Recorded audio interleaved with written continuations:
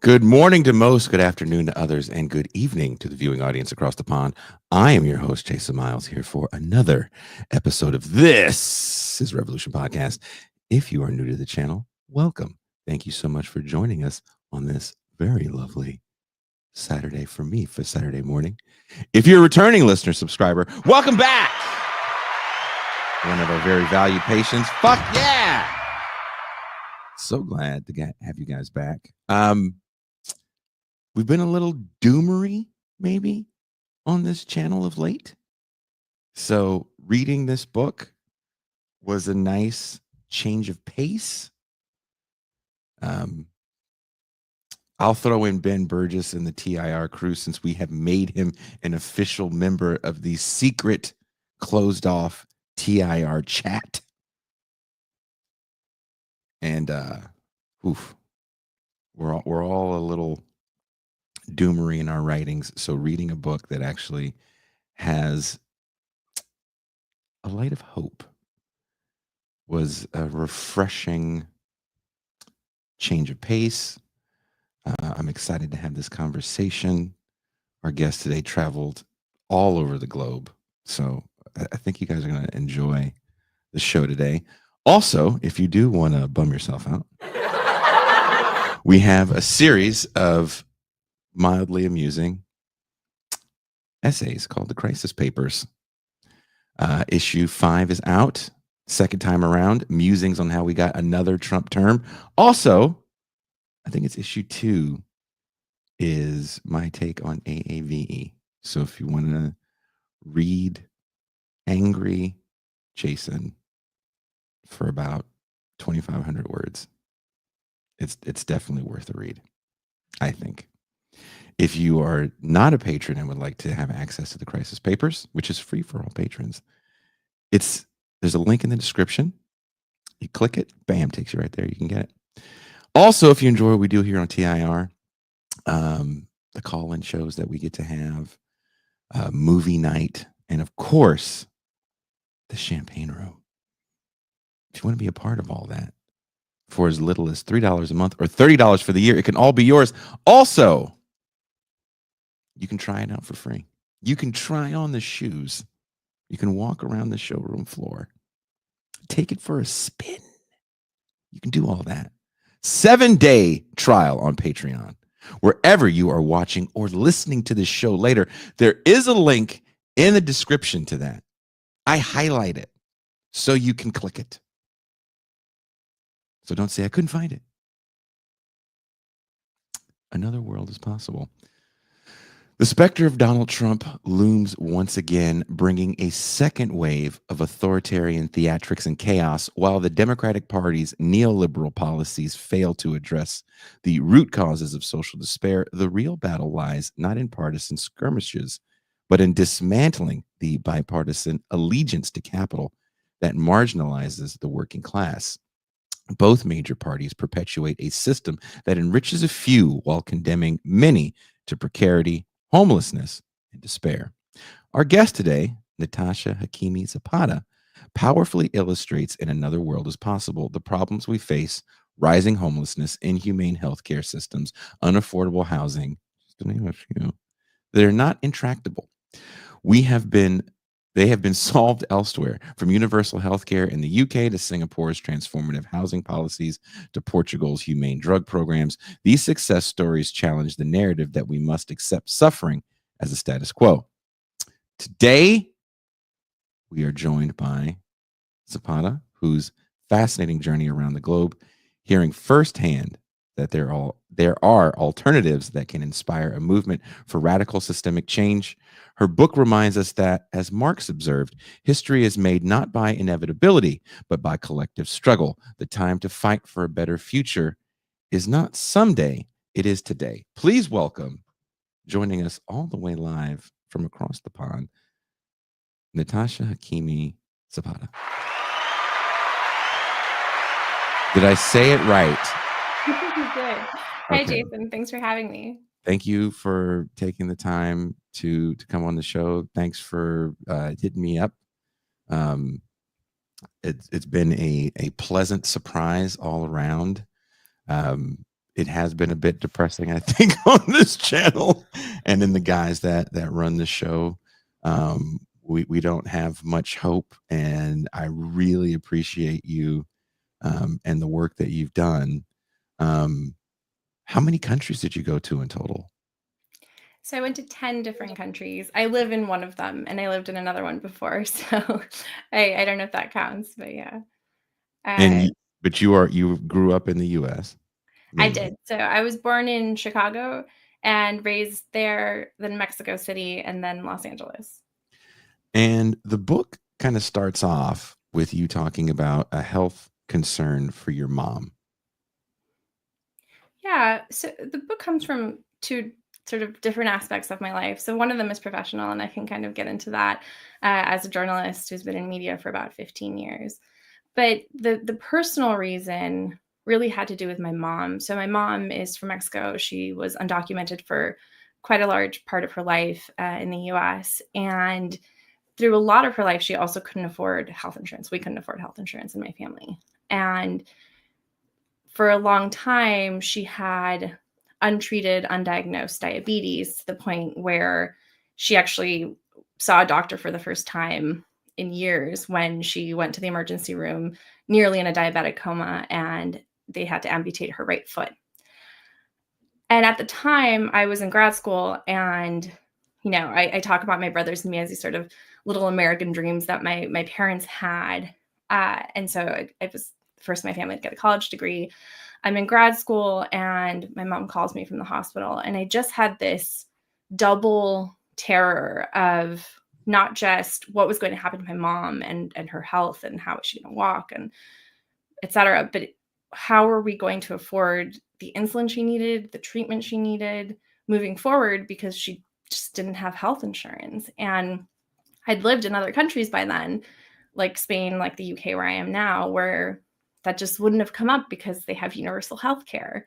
And Mhm. I just had this deep rage within me that made me feel like I needed to express it somehow, but also sort of share these stories. Like it's, I know that people know that they exist. I know that everyone knows that there's universal healthcare in other countries, but I wanted to give the story behind how it came to be that a policy like universal healthcare was designed and passed and fought for and is continually fought for because of the right trying to dismantle it. And so that was the kind of personal story behind it. Um, you kind of start the book off talking about the illusion of the American dream, that we are all sold, um, and crazy that we're still sold this post World War II ideal of this great country. What do you think the new American dream is now? Not what it can be, but what do you think most people think it is compared to the reality of what it is? Because you have two immigrant parents. Your father's from Iran and your mother's from Mexico. They came here with the hopes of opportunity. That's the word I always hear, right? I live by a border, so I've heard the word opportunity quite often. Um, I've heard people think certain things about America that aren't true, which is hilarious. One person jokingly said, "Will you marry me so I can be an American?" I was like, "Well, what do you get out of that?" They're like, "Well, don't you guys all get a pension?" It's like, "No, you're better off here." But what do you think to most Americans the American dream is now? That's a tough question. I've lived outside of the country now for quite a long time. I go back a lot, and Mhm. my family's still out in Los Angeles and Chicago. I I know what the American nightmare is. I know that when I go home, I feel this palpable desperation that everyone has, that it just seems like you're $1 away, one step away, one health incident away from just destitution. And it's that nightmare is sort of directly related to what the American dream isn't, in that, my parents, when they both went to the US, they were quite young.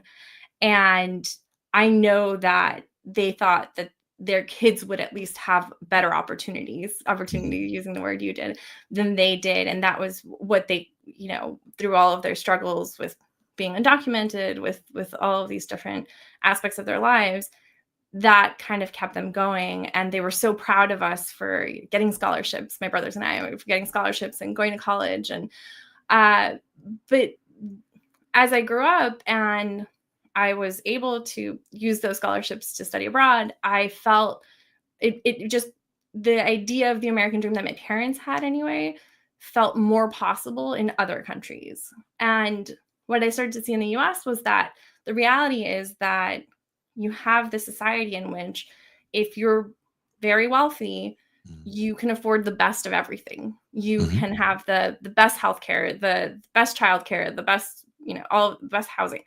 And there are all of these off ramps for if you're extremely wealthy. Yet the majority of Americans don't have access or have very limited access to all of these things. And so, I mean, my American dream now is just a more equitable, redistributed society. So basically, your American dream is, can we just be just this much like Canada? Just that I, much? I I'll would take go that for much Canada, right? Like, just that much. it. We don't need the maple syrup. We don't need hockey. Our interstate highway system is better, even though it comes at a price, but Jesus Christ, can we just be that much? We'll even take the blackface president. No, Just please no. can we just He's gone now, though. he's He's gone, he's going. He's gone, which, going. you go that I've always thought it was odd when they asked him when he got caught the first time, like, "How many more of these is there?" He's like, "I don't know, man. I don't know, brother. It was a different time." Um, but in the book, you talk about how you went overseas, and I think you got sick, and you had to go to a hospital in England, Yeah. and that's when you find out about their healthcare system opposed to the United States healthcare system. And then in the book, we go down definitely a rabbit hole into the history of that healthcare system. Can you tell us a little bit about the history of the NHS? Sure. So the NHS really comes out of the ashes of World War II. You had a pretty broken society, a pretty broken country, broken hospital system that was kind of a bunch of different types of charity hospitals and private hospitals, and a lot of them had been bombed.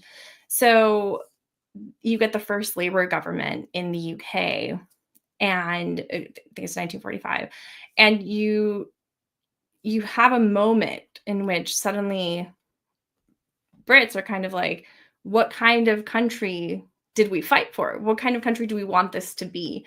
And this guy, Nyron Bevan, who was Welsh and who had experienced something like universal healthcare in his town in Wales, in like a mining town. And he was a labor organizer and then eventually joined the Labor Party. He got put in charge of health and decided, we're going to make a fully nationalized healthcare system for the first time in the history of the world, really, to have like an entire countrywide national health service. And he had to fight pretty hard to get it. I mean, even you had the doctors were against it, partly because of sort of changing the way that everything was going to work. But he, he made a few concessions, some that we still kind of live with today, with the general practitioners have kind of a special status in the NHS. But it was kind of miraculous, and it still feels like a bit of a miracle now. I mean, people worked really hard to get it, and people work really hard to keep it. Um, but I have experienced firsthand the wonders of the National Health Service, of being able to not worry about calling a an ambulance when someone falls ill in my family, and that's happened not long ago. About not having to ever worry about health insurance, how I'm going to afford it, how I'm going to sort of deal with the bills, or cobble it together. I can just go to my doctor, which is a 7-minute walk away from my apartment, and get seen and get the treatment that I need. And beyond my own experience, which you're right, I write about in the book, about how I had this eye infection, and I was trying to pay or give them an ID for an invoice, and they were just kind of like, "You don't need this. This is free at the point of delivery," is what they say. And it's still free at the point of delivery. What's really instructive to me recently is my mom's experience that we talked about with uh, diabetes, and how it went undiagnosed, untreated, and now she has kidney failure. She's on dialysis. I didn't write about that in the book, but it's where she's at now. And seeing a relative here in the UK be diagnosed with pre-diabetes, and how, because he has access to free, well, paid for by general taxation, continuous high quality healthcare, he will possibly never get to the point that my mom got to, because he is going to the doctor regularly. He will have very subsidized, if not free, insulin if he does get diagnosed with diabetes. And that experience, it just seems so radically different from the experience that so many Americans have, not just my mom, obviously. It's interesting that when you talk about the post World War II UK, that healthcare was one of the things people went to fight for, and asking the question, what did we fight this war for? Um, why doesn't that happen in the U.S. context? Is it because there was no battle fought on U.S. soil, in the sense of in the continental U.S., and we could distance ourselves maybe from that? And because it is interesting to think about it from that. I do a show with a vet, and it is interesting to hear people talk about what they fought for, and to think that you didn't fight for these basic these basic things. Why is it different in the UK to here, do you think?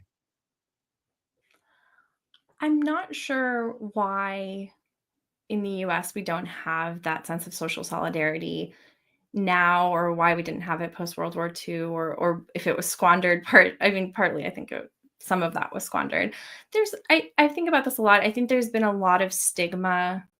I mean, we know that there's been a lot of stigma during the Cold War and after the Cold War, attached to ideas that would be labeled as socialist or communist. And I do think a lot of that stigma is finally fading.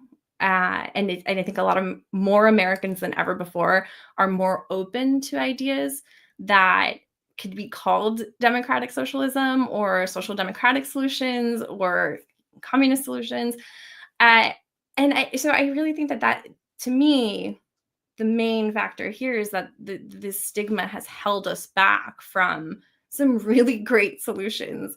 And that hasn't been the case in places like the UK or in Scandinavia, which I go to look at other policies. I mean, I spent time in the UK. I had a wedding ceremony there. I mean, I'm not with her now, so guess it's like getting married in Vegas. But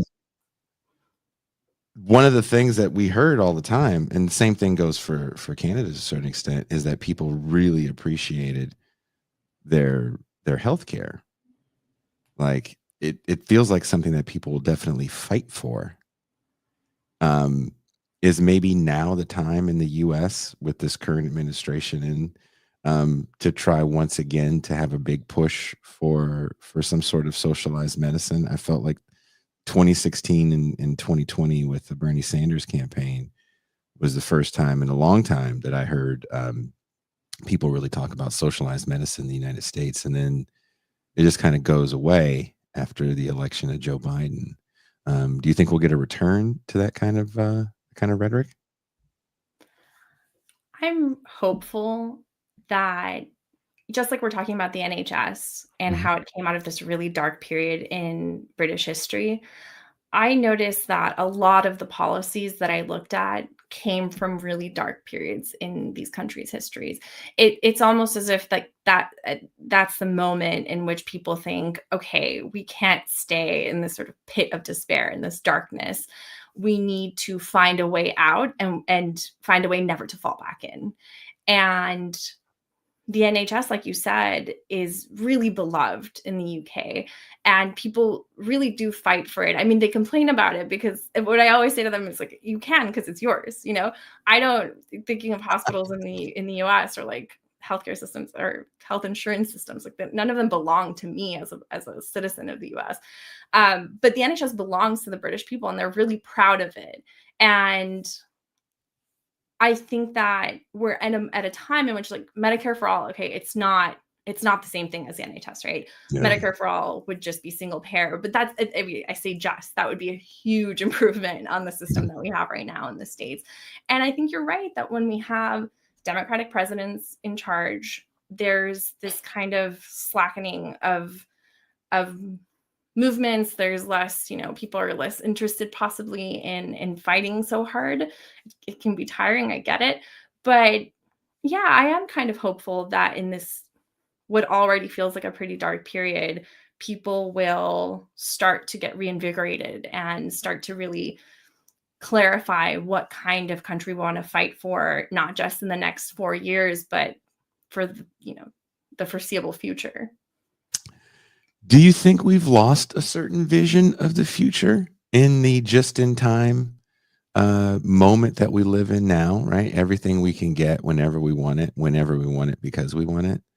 Um, Even here in Mexico, I can get an Amazon package, delivered to me tomorrow. Um, have we lost sight of what a good future looks like to some degree? If we could have the same access to things like high quality affordable housing and high quality healthcare, I'd say that maybe that was the case. But just if you can get an Amazon package, but you can't get a doctor's appointment, you can't afford one. I mean, or you can't stay housed. I'm from Los Angeles, or my family's in Los Angeles, and homelessness is a terrible Crisis. issue there. And so I'm a generally hopeful person, as you can probably tell. Mhm. And I wrote a book about hope starting in a difficult time. I started writing the proposal for it in 2020 as the pandemic was starting. I I had been in, and this is sort of the professional aspect of things. I had been in progressive media for about 10 years at that point, and I was pretty hopeless. You're talking about kind of doom and gloom. I've Mhm. definitely felt that. I definitely still feel that, and I just really wanted to look at things that were working, because I do think that we can get stuck on the things that didn't work, the losses we've had. And oftentimes I was sort of sitting there writing stories for this progressive website that I used to work for, Truthdig, and just feeling like, okay, but this is not an intractable issue. It's a solved issue where I live. I Mhm. lived in Portugal for a while, and drug decriminalization and their entire sort of radical drug program has completely changed the way that they address addiction and other issues related to addiction. And I would look at, or write about home, and it just seemed like the polar opposite for no good reason. Yeah, you could have also called the book "No Good Reason," right? The angry title would have been "No Good Reason," because it feels like, because you kind of end the chapter where you'll juxtapose all the awesomeness that you found in the history. Like, it is a very I smiled as I was reading all these, like, histories, and when you're in, is it Norway? For the yeah, because I got to be a stay-at-home dad for a time, and that's, like, the most fun shit ever. If you've ever gotten to be, and it's hard for anyone to be a stay-at-home anything, but if you've ever gotten to be a stay-at-home dad, because it's in the US context, it is very still rare, um, to a certain degree, kind of frowned upon. Uh, but it was fun. I got to do all the chores and pick the kid up and sing all the songs and do all the fun shit with your kid. That's awesome. And the way you're describing it there, and men are really leaning into it, and it's an acceptable part of society. It's like, why wouldn't one want family leave? We're the only country that really frowns upon family. Well, I mean, where I live here also kind of frowns upon it. But when you go to Norway, and you see this.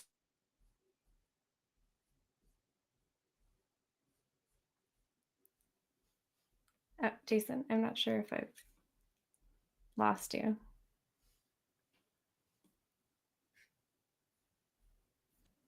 Can you hear me? Oh, there you are. Okay, sorry Sorry, I about didn't that. know what end Something. that was on. I am in Mexico.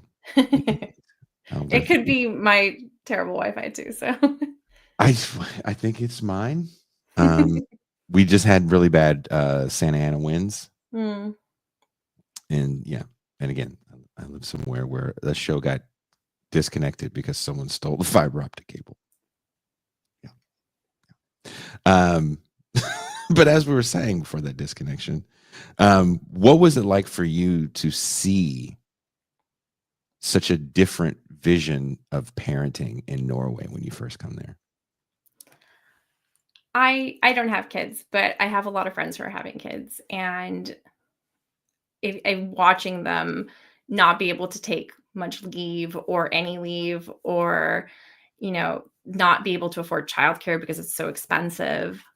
And I went to Norway, and one of the things that really struck me as I had a lot of fun there. I went to like daycares and talked to teachers to kids, and it just suddenly struck me one day that it's not that they were somehow more feminist than we are in the States, or they're this really wasn't a question for them of feminism or gender equality. It was a lot about economics. So they decided that around the 1970s they were going to go for full employment. At the time, they didn't have it was a relatively small economy, and so they thought that this was like their way to grow it. And in order to do that, they wanted to bring women into the formal workforce, jobs that were traditionally done by women, that were traditionally unpaid labor, like caregiving. They brought them into the formal workforce and often to the public sector. And they realized if we're going to do that, someone has to take care of the kids. Like, we can't just assume that everyone's going to work and what's going to happen with the children. And they still wanted people to have children. And so from the 1970s on, you have different iterations of paid leave policies. And right now, it's something like an entire year in which, or almost a year, in which both parents can divvy up certain amounts of time to be at home with their newborn for 100% of their salary. And what I really liked about Norway, and that's kind of I really liked hearing that you were a stay-at-home dad for some time, Mhm. because the reason I chose Norway, because there are quite a few countries that have like good leave policies. Like you said, we're the only country in the OECD with zero nationwide statutory paid leave. Uh, but Norway had this thing; they were the first to do it, called Papa Perm or Daddy Quota, which you experience kind of your own daddy quota, in which like mom or you know they're progressive, so it's like co-parents really, but Mhm. mom has to go back to work or to school, and dad has to stay home for, now it's 3 months, and if he doesn't take it he loses it. And so you have this kind of 3 months that you're gifted at 100% of salary, that's state backed, and if you don't take it, then like who's going to watch your kid for those 3 months? It's almost like a no-brainer, and very few people don't take it. um what's great about that though is it's like it changes family and workplace dynamics in such an interesting way, Mhm. where at home it's like dad is no longer assistant to mom. He's like a genuine co-parent in his own right, and is a primary caregiver during that period. And it allows them to bond in a different way to their kids. From everything that I saw, it was really successful in that sense. But then in the workplace, you have this fascinating thing where uh, you have sick leave for your child when they're sick, and that's you get both parents get the same amount. So if your child is sick, you're just as likely to go home Mhm. and stay with them if you're mom or dad. And so that changes the kind of employer's dynamic as well, where the discrimination really, people can't really discriminate against women specifically because men might have the same amount of leave. Men might have the same amount of sick leave with their kid. And it just creates a lot more understanding in broader society about what it's like to be a parent, what it's like to have a family. And it's been really great for their economy. So there was a Norwegian finance minister who said that since the 1970s, like the combination of bringing women into the workforce and also having these family friendly policies. Oh, the thing I didn't mention is that they also have really great, highly subsidized childcare from age 1 for all children. I was gonna And bring no that one up. pays more than around $400 a month per child, regardless of if it's private or public, the daycare.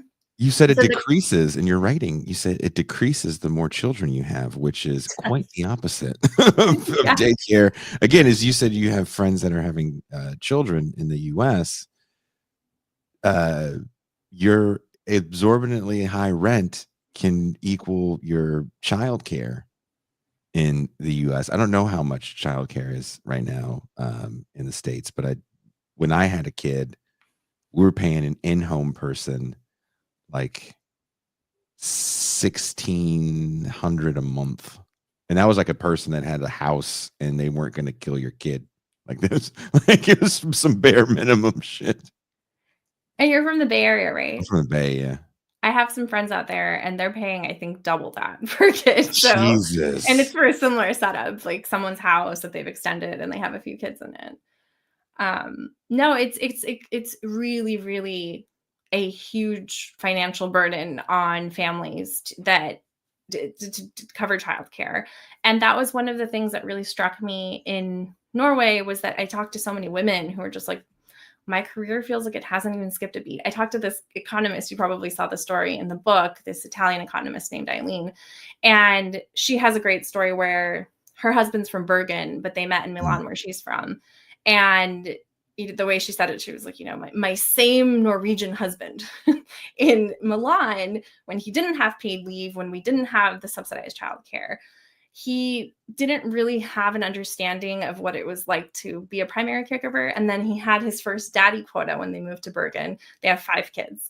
And I think it was their second kid that he stayed home with. And he had all of these big plans to, build all of these like bunk beds and, all of this stuff. And she said she would get home and he would just be like exhausted and say like, it's been a successful day. I've kept the children alive. And I've put 1 load of dishes on. It's just, that kind of you really don't know until you have to do it, I think. Yes.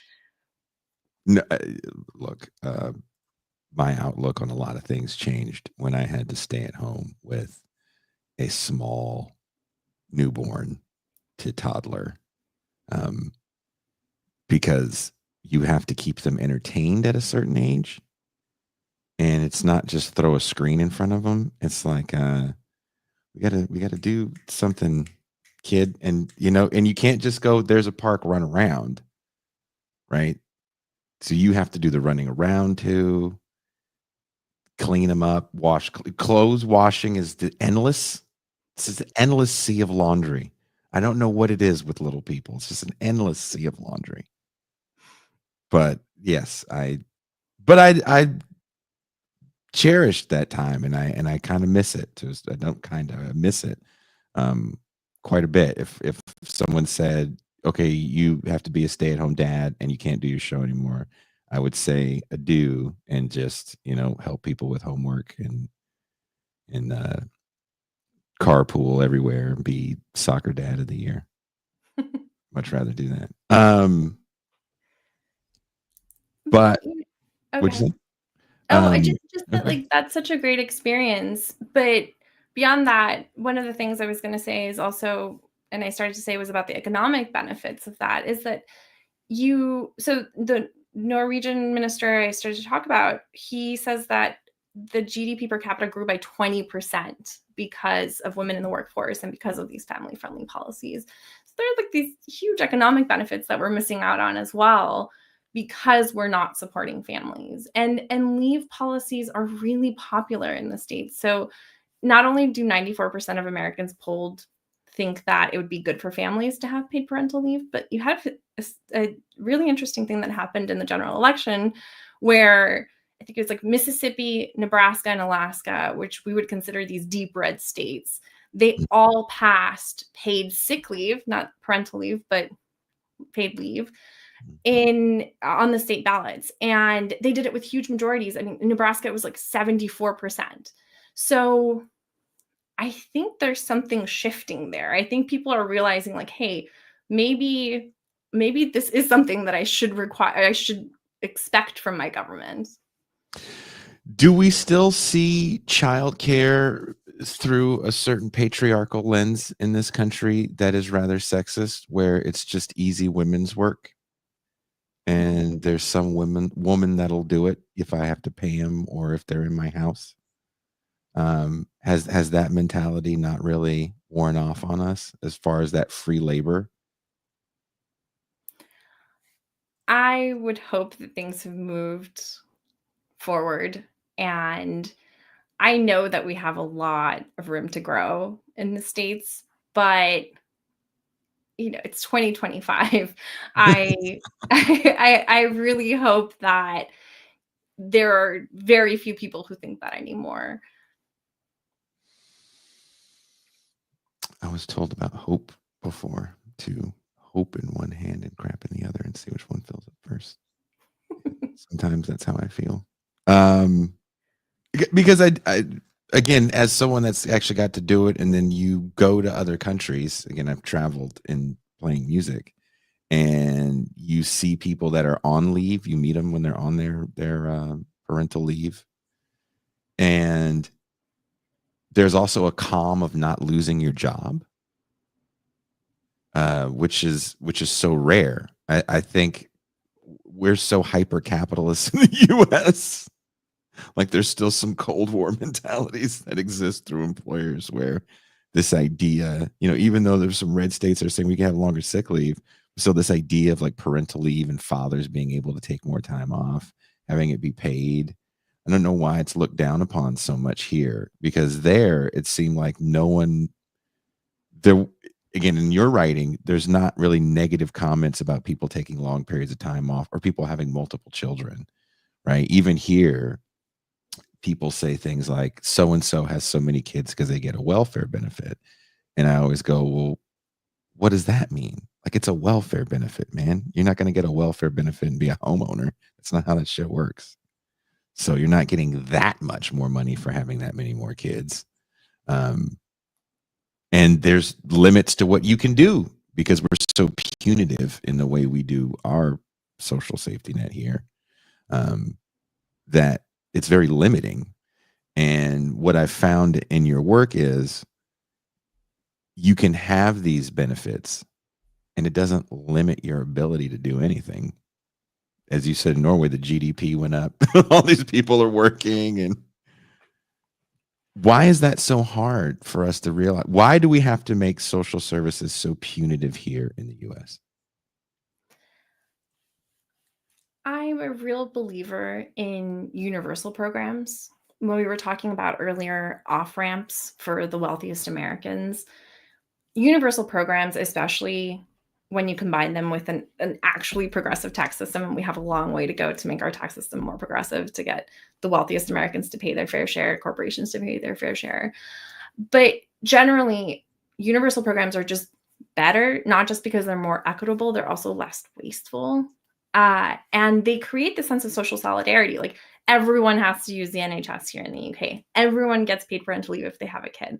And there's a myth in the US that we don't pay as much tax. So that's why we don't get these things.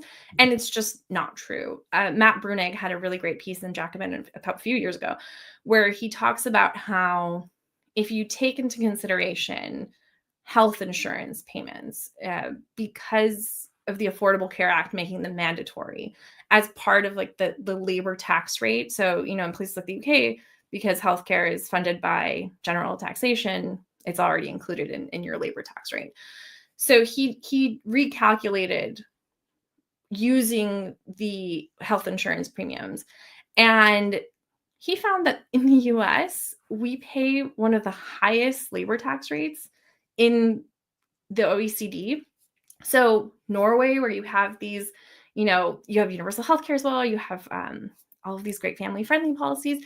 They pay like 32% labor tax rate, whereas in the US we're paying 43%. Mm. So a lot of money is just being wasted. It's going into lining private pockets, and a huge amount of that is going on healthcare. 27% of household spending, I think, was the most recent stat on that, goes on healthcare alone. The other big chunk of money goes on housing. And so all of these things combined make it so that in the US, it's not really affordable to have like a dignified life in the way that it is in other countries. And it's not because we're not paying enough tax. We are. Does that keep you from wanting to return? that Or is That's that a just hard personal? question because my family's Yeah. there. I my family's in or a lot of my family's in Los Angeles. My mom's there, my dad's there. I think if I go home, it would be to be closer to them. I'm Mexican Iranian, and both of my cultures are very family oriented, and I'm starting to feel like all of these years away, it's tough. I'm not going back tomorrow, but well, I am going back soon for a book tour, but not to live. And the worst Mexican food I've ever had is in England. I had nachos in Bath, and that was the dumbest thing I could have ever done in my life. I always tell people here that if we're going to a Mexican restaurant, I have to treat it like it's another place. Like it's not Mexican food. This is like another type of food that's Just go not to Nando's. Just go to Nando's. Nando's. Just go to Nando's and don't try because I'm a we played a show, and it was after the show we were somewhere, like some like pub or something, and I saw nachos on the menu. Like, we'll get nachos, right? It's like whatever. You get Mexican food after the show. There's always taco truck open in the bay. No, I learned about kebabs, Kebabs are good. the chippy in The Scotland. chippy, yeah. Yeah, I learned Fish and about that. chips. Right? That's you do that. A munchie box, as they call it out there. You get that, and after the show, you're good. Don't try to whatever you left at home, you leave there. And do I'm not. I'm lucky. I live in London, and the food's gotten a lot better in London, but this is embarrassing, but when I go home to LA and I eat an avocado again for the first time in over a year, I kind of tear up just because You it probably feels like cry. another thing, like a completely different species. Very, very, very true. I do want to talk a little bit about housing. As you brought up, you're from Los Angeles. I am from the Bay Area. Two places that have ridiculously large homeless populations. I actually, before I came down here to Mexico, worked with the unhoused in Oakland, California. So I definitely understand how much we spend on homelessness just in California. And I know why and how it doesn't work. Reading about Singapore was kind of like, what? Nearly universal public housing has almost eradicated homelessness. How might these policies translate to the US? Not even so much for just trying to solve homelessness. A big part of that is people not being able to afford to live. So you have to take on a roommate in the US. It's a little different in Singapore. Can you explain their universal housing system a little bit? Singapore is a really interesting example in the book because it's so different. Like the context there is so different from other countries that I looked at. So like it's so different from Norway, which is a social democracy. It's a kind of hyper capitalist country in which everything is very pick yourself up by your own bootstraps, to the point where things that we would consider even in the US like a given from government, like public school, there's no such thing really as public school in Singapore. You have to like pay fees to go to school. And yet the one thing they decided to do when they became a sovereign country was housing. And it kind of developed over the years, but they had this idea of public housing for all. And basically since like the 1970s, it's developed that they started building high quality apartment buildings, in which at some point they realized, hey, all of our citizens have these like mandatory pension savings accounts that they can't touch until they're, of retirement age, and they have employer contributions to them, and that money's just kind of sitting there. We could encourage them to use some of that to buy their own public housing apartment. And that just unlocked this really wild experiment that's worked out really well for them, where now 90% of Singaporeans are homeowners and 80% of them live in public housing. I met a lot of Singaporeans when I was there who could afford to live in one of these like fancy condos that foreigners live in. But they were just like, we have a great apartment. It's affordable, it's well built, it's high quality. There's no stigma attached to living in public housing because everyone lives in public housing. Why would we spend more on something that's comparable? And so I was just blown away by how they not just took away the stigma from public housing, but like how they built housing that people could be really proud of and happy to live in. I met this retired preschool teacher who lived in one of the new towns that they kind of designed in the 1980s, 90s when this was all taking off, called Yishun. And Chuhar was her name. And she had a 3-bedroom apartment. She had two small children. And she moved in there with her husband, and they could afford to have an apartment that size. And she actually became a widow pretty soon after they first bought their home. And even despite the change in her financial circumstances, even despite having to be a single mom, she was able to pay her house off years ago. And it wasn't even a question. I mean, that's one of the really amazing things, that even though a lot of people won't say it this way, housing is essentially a right in Singapore. When you go back to the United States and people ask you, "Oh, how you been? What you been working on?" and you tell them about this, I'm sure you were just chatty Cathy with everybody talking about where you've been. Because there's a lot of stamps on your passport for writing this book. Do people look at you like, what in the year 3000 bullshit are you talking, Natasha? There's no good public housing in Singapore. What do you mean people like their government housing? What is the response you get when you say that to people in the States? It used to feel like if I had these conversations, even before I wrote this book, like, they have universal healthcare. And oh yeah, but that's there and this is here. And I don't know, we can't have that. It always felt like there was some excuse where like the US is just, the very typical excuse, like it's too diverse and too populated here. We can't, how would we ever do that? And I really think that these are disingenuous excuses. Like our diversity, I come from immigrant family. I think our diversity is a strength. I want to see it as a kind of asset. And I started to reframe the question of like, why is it that, one of the countries I went to, tiny Uruguay, why is it that Uruguay, with so much less money than we have, with so much less like human resources, so we're going to talk about like, oh, we're really populated. Yeah, these are like, we have great people in the States. Why can these other countries do things that we can't do? And it does kind of start to chip away at that argument. Like I really am hopeful because of a lot of reasons, even now in the States. But one of the really cool things was that when it comes to Singapore's public housing, for example, there are a few political leaders in the States that are actually modeling policies that they're trying to get passed in Hawaii and California. They're modeling them on Singapore's public housing.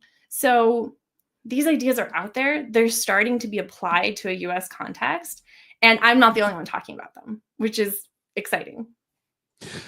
Yeah, that's kind of how the chapter ends on housing. You talk about the state senator out of Honolulu and the state senator out of San Jose, that are trying to model housing off of what they were seeing in Singapore. They built a ton of housing in a place that's pretty densely populated, so that's also pretty interesting. there's a barrier to building new housing especially in California, because it costs so much. There are some bills, I don't remember if they passed or not, to try to change that. Can that be a net positive, or will it end up being exploited by a capitalist building class? I'm really interested in, my family's in Los Angeles. A lot of them don't live far from where like the Palisades fire has been, and I'm fascinated, and it's been horribly tragic, and I feel terrible for the families who've lost everything. And I've been hearing Newsom and Karen Bass sort of talking about how like they're going to aggressively rebuild Los Angeles after this. I think that there are a lot of public debates that we need to have, that we have needed to have for a long time, like whether we should ever build in the Santa Monica Mountains again. But if we're going to aggressively rebuild, and I think Newsom is already, getting rid of some regulations, some environmental regulations in order to do this. Yeah. I really, really, really hope that we start to talk about public housing as part of the equation, as a big part of the equation. We do not have that much public housing in Los Angeles, and it's desperately needed. I mean, you're adding now a ton of people who've lost their homes to a population of 70,000 people who are already unhoused. It was already a crisis. I think it probably is already starting to, I haven't been home yet, be even more horrific. Public housing is a necessary solution to so many of these issues. And if you have public housing that, let's say, you build temporarily, or you have temporarily for not just people who are experiencing homelessness before this, but also because of the fires, you can later also continue to house people and this is one of the things about Singapore that's great. It's like mixed income, high Yeah. quality public housing. I think this is an opportunity to do that. I hope someone in California is listening and will fight for this, but it really is an important point in especially Los Angeles history. And yeah, I don't know where we're going, but it's an opportunity as well. You would think. I mean, my fear is that this opportunity to make things easier just means, people with money are going to come in and say, okay, well, now we have all this wonderful land, probably with a better view now that the trees are gone. And I believe Altadena got leveled as well, which was a working Yeah. class neighborhood. So are those people going to be able? Did they have insurance? A lot of people got kicked off their insurance in California as well. It is a sad time, and in working with homeless people, one of the things that you realize is kind of the punitive nature of subsidized housing.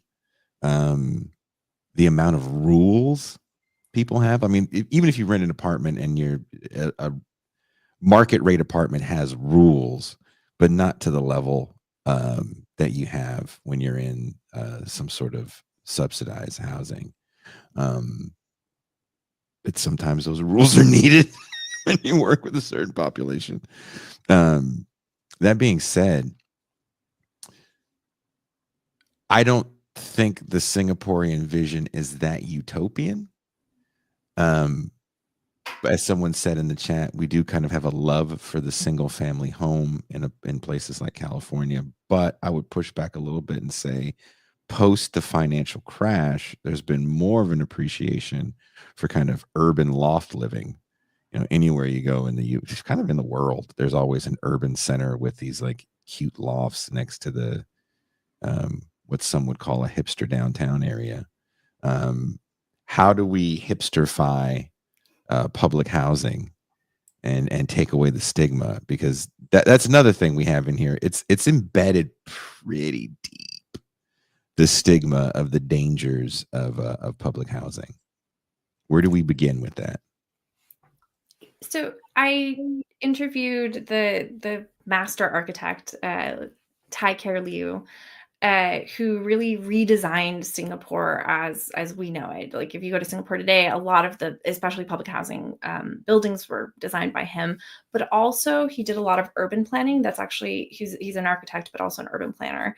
And a huge part of what he did was ensure that every town had, and every neighborhood had centers within them. So they have, like, in Singapore, it's hawker centers. There are these really great places where you can eat amazing food. I mean, some of them have like Michelin stars for very little money. And so every like neighborhood has a hawker center, but also a commercial center of some sort in which people are like working and getting their services, they're both their commercial and public services, from their own neighborhood and their own town, and then have to go into like the main city center much less, because of that, because it's so well designed and distributed. I think that's a really big part. I mean, they have a great public transportation system as well. I'm from Los Angeles, or my family's there, like I said. I know that the metro system is expanding and they're doing all those different things, but like that needs to be a big part of planning more high density housing, which I do think we need. And with regards to the stigma, again, I really think that a big part of that is to have mixed income housing and mixed income neighborhoods, like to very deliberately design it that way. Now, there'd be some people in San Francisco that might disagree with you. I don't know how much time you've spent and where you've spent that time in the what I think is a beautiful 7 square mile small metropolis. But there are people that live in very expensive apartment buildings next door to halfway houses. They don't like it that much because there's issues that arise. Um, Again, how do we try to how do we work our PR campaign if we want this to happen? Because that's the hard part, in my opinion. Yeah, I think we have to remember, and this is kind of one of the big points that I get to in my book, is there's a lot of needless suffering in the US. We do not have to live this way. And I know, and you know, because we've seen that it's different in other places. Mhm. And that people are like happily, successfully living in societies that are organized differently from ours. With regards to other social issues that are, that kind of intersect with housing, that was another big conclusion that I came to, is like we can't just do one thing. And people are going to call me like really utopian for wanting this, but we really do need to do everything. Like we can't, housing is going to, affordable housing, affordable mixed income public housing, hopefully, is going to fix a huge part of the social issues that we have. But then we also need universal health care, and we also need paid family leave and affordable childcare. So these problems start to intersect with one another. You're talking about, an intersection there between like housing and issues with drug use or things like this, which I would relate again to healthcare. Mhm. We're not going to just, this is one of the issues I have with Democrats, is like there's a lot of kind of tinkering around the edges of a problem. We need really bold, whole solutions that bring all of these things together. Okay. Like a new deal? Yeah, or better than a New Deal, I'd hope. Better than a new deal. I mean, in your book, you kinda say that you're not pushing for insane, crazy socialist reforms. This isn't the Stalinist guide to, how to bring a country up to respectability overnight, right? Um, Even mildly social democratic forms in this country seem to be like pulling teeth, i.e., socialized medicine. Such a massive pushback for socialized medicine, and it's not like it's even coming from that many doctors. Um, I was talking to a man in a bar who was in Costa Rica, and he said that the country was communist. I was like, it's not. and that was, I wouldn't say an argument, but I was like, you can Google it if you want to. It's not. And he goes, well, I had to go to like the county hospital there because something had happened to him while he was there. I forget what it was. He had a health emergency. And he talked about the condition in which the hospital was in, and it seemed like it was dirty. And but he ended up getting whatever he needed done. It ended up happening. And but he came away from that not like you would think, where it's like, oh, maybe socialized medicine makes sense. It was like, no, we need more private healthcare. I was like, but why? Because you're gonna have to pay more. And he was a person that had some means. What's the biggest hurdle we have to make again in the PR campaign for having people understand the importance of socialized medicine? What should part of our messaging be for that? Because even in California, again, I don't know how much you are following this. Unfortunately, it didn't get voted on, but there was a bill that was going to come up, and it got shot down by Jerry Brown like 10 years ago to have California have its own socialized medicine. And unfortunately, it didn't get voted on because there were people within the state legislature that didn't want to have to vote no, because they were kind of in bed with pharma and the healthcare system. But what is a big talking point that we need to have that's easy for people to understand to begin again the fight for, again, something is, I want to say simple, because the rest of the civilized world has these healthcare as socialized medicine in some way, shape, or form. It's really important for us to understand that we're getting a really bad deal in the US when it comes to healthcare. We are outspending most countries that have universal healthcare systems by a lot. So just to compare the US to the UK, for example, the UK spends nearly half in terms of percentage of GDP than the US does on its healthcare system. And the US has worse results almost entirely across the board. You know, Americans live 4 years less than Britons do. And I could go through, you know, maternity mortality rates, infant mortality rates, sort of diseases that are treatable. In every single one of these, the US is performing worse, even though we spend so much money on our healthcare. And I would argue that a big way to sell this, and I think a lot of what I think about in terms of the policies in these books, is that they're economic no-brainers. Like, why do we want to be spending 27% of our household income every month on a healthcare system that's failing us? Why is it that we have to feel so worried and so desperate about being unemployed because we could lose our health insurance during that period? Or if, you know, one of our children or our family members falls ill, why do we have to carry the burden of worrying about how to afford it on top of worrying for their health? It's just a bad deal. I don't know how else to describe it. I mean, I shouldn't say dealing with it. My father has dementia. And for those that don't know, a lot of that stuff's not covered. So for a time, he was in a facility that was close to 5 figures a month. It was a very expensive facility. He left on his own, not because of the money. He just didn't like it.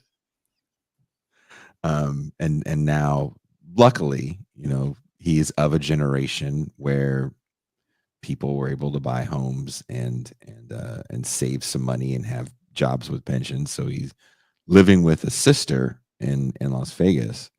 But the frightening thing is the amount of people I see come here to this country for that kind of care. What I mean by that is like people that are suffering from things like dementia or Alzheimer's that come down here because it's cheaper to house them. It's cheaper to have around the clock care for them. Um, they dig it because it's by the water. Like, who wouldn't want to, lose your mind by one of the most beautiful coastlines in the world?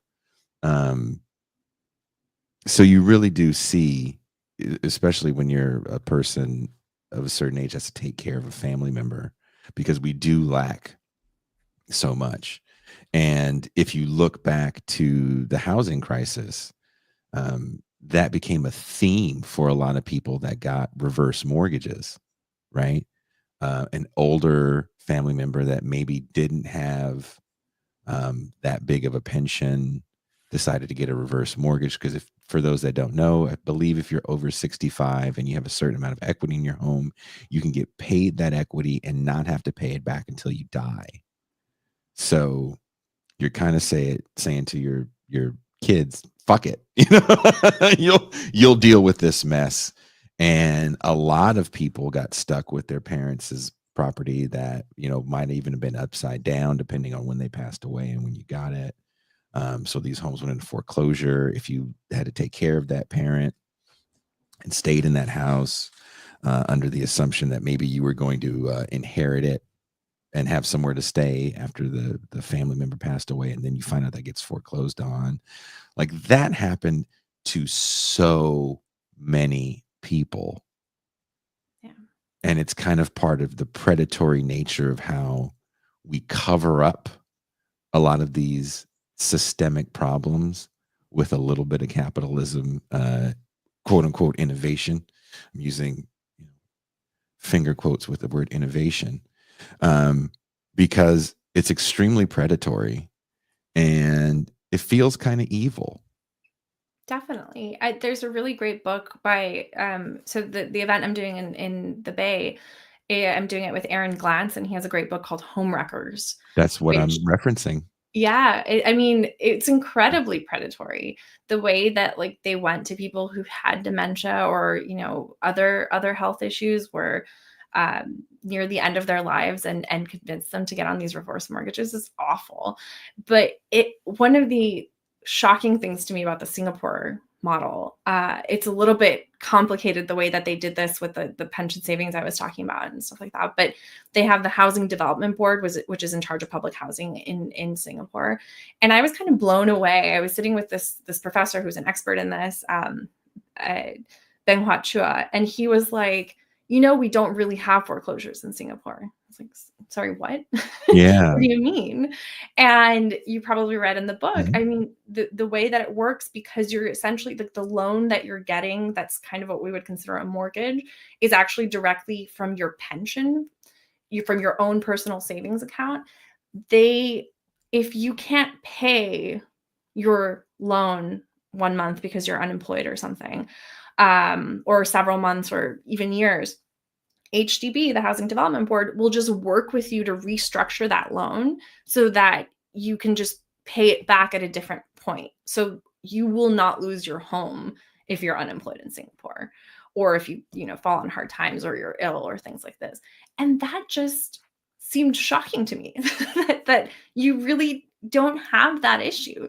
And the other thing we haven't talked about in one of the chapters as well is elderly poverty in the US. We have Social Security, and I don't want to be too mean about Social Security because it's kind of one of the last vestiges we have left of New Deal and, like, our welfare system Mhm. altogether. But it just is not enough to live off of, and it entrenches, because it's contributory and that you have to, like, pay into it over your lifetime. It continues to entrench these inequalities that people experience throughout their lives. Whereas if we had, and this is what I looked at in New Zealand, if we had a universal non-contributory flat rate pension Mhm. past a certain age, it really levels the playing field for people to have just, like, a dignified older life. And I again, this is one of those things where, like, I just don't see how we don't have something like that in the US already. Well, I know I don't want to take up more of your time. We've been talking for an hour, but I do want to leave with this. In your book, you say many of the greatest solutions actually arose from the most desperate conditions, um,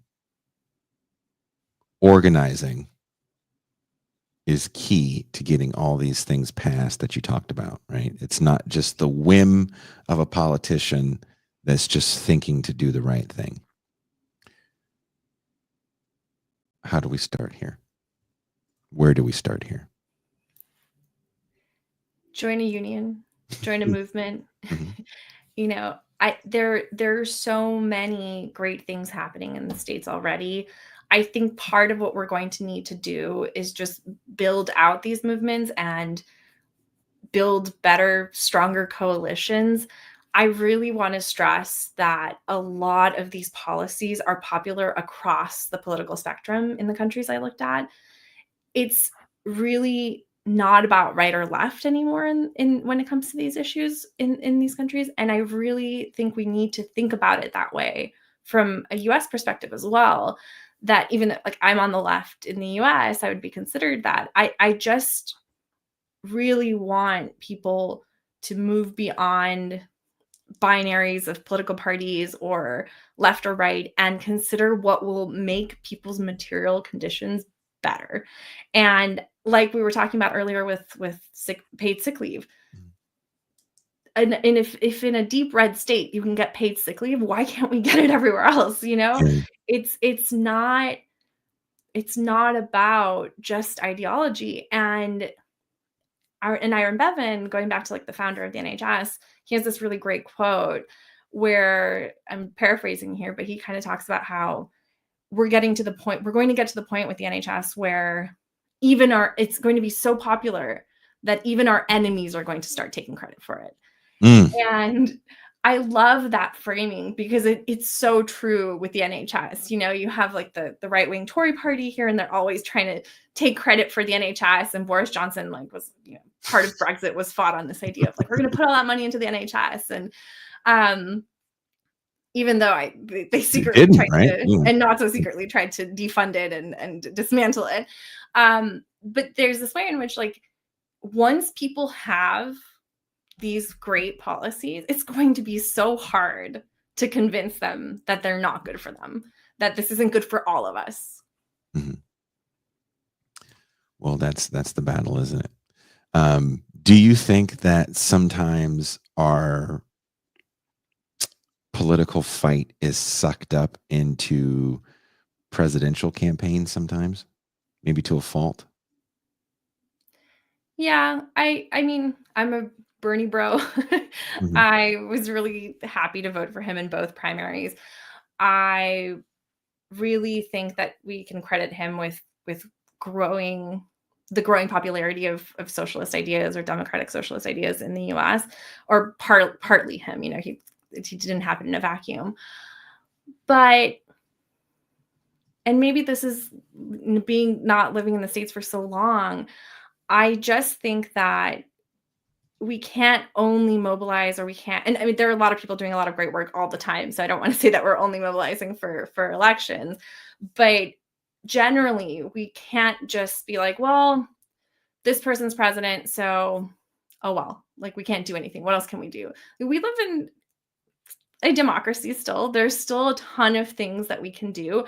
And there are still elections in 2 years as well. There's still a lot of things that we can do on a state level, on a local level, that really matter and that can really move the needle on a lot of things. If, we can't get universal health care, and I know we were just talking about California not having it, not being able to pass it, but I would hope that at some point we can show people that when things work, we can bring them to a national level if we can't bring them immediately to a national level. Well, her name is Natasha Hakimi Zapata. The name of the book is Another World is Possible. Wherever you are watching or listening to this show, there's a link in the description. The first line in the description should be a link to your website, which is where they can get the book. And when does it come out? February 4th, so we're just a few days out. Can you tell us a little bit about the book tour before you go? Yeah, absolutely. So I will be in 8 US cities starting February 5th. So I'll be in New York, Boston, Baltimore, Philly, Chicago, DC, Bay Area, and Los Angeles. And I would love to see you all. Whoever wants to come out, come say hi to me. They're all in great independent bookstores, and I'd love to support the bookstores and just to meet readers. Are you going to hyphy dance when you go to the Bay? I'm a terrible dancer. I think It's not what I asked you. both sides of my genes let me down. I don't know what to tell you. No, I asked you if you're going to hyphy dance when you get to the Bay. It doesn't matter if you're a terrible dancer or not. Are you going to do it for real when you go to the Bay? You're going to hyphy dance? You're going to get E40 out to the show? What are you going to do? I will consider it. You consider it? So now you guys got to go to the book launch in the Bay because apparently E40 is going to be there. Who else is going to be there? Please don't promise them that. Steph Curry. Promise a conversation about housing. Just lie. Who gives a shit? Everyone else does it. Just lie. Just lie. You want to look? I want people to buy this book. I think it's important. Steph Curry is going to be at the place at the book signing. Where's it going to be in the Bay Area? Yeah, my old friend. Yeah, you and Steph go way back. So that would be funny if someone showed up and was like, "Where's Steph Curry?" Hopefully they won't be too disappointed to just anyone watching this show has no idea who Steph Curry is. There's like 6 people watching right now that knows what a Steph Curry is or an E40. So you're fine. You're fine. Where are you going to be in where's the first date? New York? New York, yeah. Where are you going to be in New York? Kara from Jacobin and the Nation. We'll be at P&T Knitwear. And then after that, where are you going to Boston? Boston. So it goes New York, Boston, Philly, Baltimore, DC, Chicago within these times, and Bay Area at Mrs. Dalloway's in Berkeley, and then Los Angeles, home for my birthday. Actually, if anyone wants to come out to Los Angeles, there will probably be cake. So LA is the turn-up show, then, is what you're saying. So the Bay is the pre-turn-up show where you're going to have E40, Steph Curry, MC Hammer, In Vogue. You're going to be at the Bay Area one, and you go to LA, and that's when you have the Kendrick Lamar "They Not Like Us" birthday party. Is what you're telling me? Okay. I'm not sure. It's mostly my family coming, I think. So please, other people come too. You can meet my very proud family that agrees with none of what I've written, probably. But really, are they conservative? Your family? Some parts of my family, yeah. Ish. Ish. Are you? Is the Latin side that voted for Trump? I have some Trump voters on the Latin side, yeah, and on the Iranian side. Oof. Getting double teamed. I really oof. But I think maybe that's like part of why I'm so insistent that we have to keep having these conversations with people who don't agree with us on everything, because I constantly have to have these conversations in my own family. And I don't agree with them on everything, but we get there on certain issues. Kendrick Lamar will be coming to the LA show, so guys, definitely show up. He'll be doing a special "They Not Like Us" with Natasha dance routine. So also you have the link to your tour dates on your website as well. I do, yeah. So again, wherever you're watching or listening to the show, click that website. Sounds like you're going to be in all the major cities. You're not going to Texas. I'm not. There was a limit to how long I could be out of the UK for visa issues. So dang, no New Orleans. Okay. No New Orleans. I'd love to go back. I've been there. You could have been around for Mardi Gras. Oh. Tell Bosscar that you ruined your Mardi Gras. That's what you just said. I'm here because you ruined my Mardi Gras. I'll tell him about this. Yeah, just look right in his eye. Look right, look down. Like, hey, ruined my Mardi. Never getting in Jacobin now. So thank you, Natasha, so much. Again, wherever you guys are watching, listening to the show, there's a link in the description to Natasha's website where you can find the book "Another Word Was Possible" that comes out February 4th with the new press. Thanks so much for having me. This was a lot of fun. Thank you again for reaching out. And again, I have to send a massive shout out to the homie, Vincent Bevins. Once again, brought a wonderful guest. I hope to have you back because you are a journalist and you write a lot of really interesting articles. So we would love to have you back again.